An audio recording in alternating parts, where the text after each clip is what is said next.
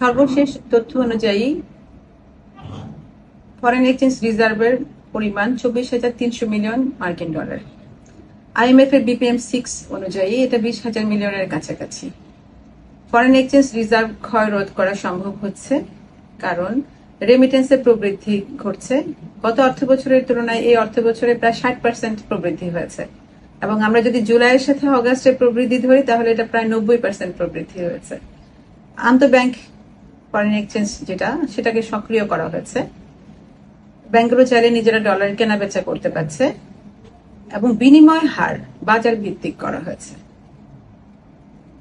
ডলারের দাম বর্তমানে 118 থেকে 120, বিসি সেলিং রেট 120 এর বেশি হবে না।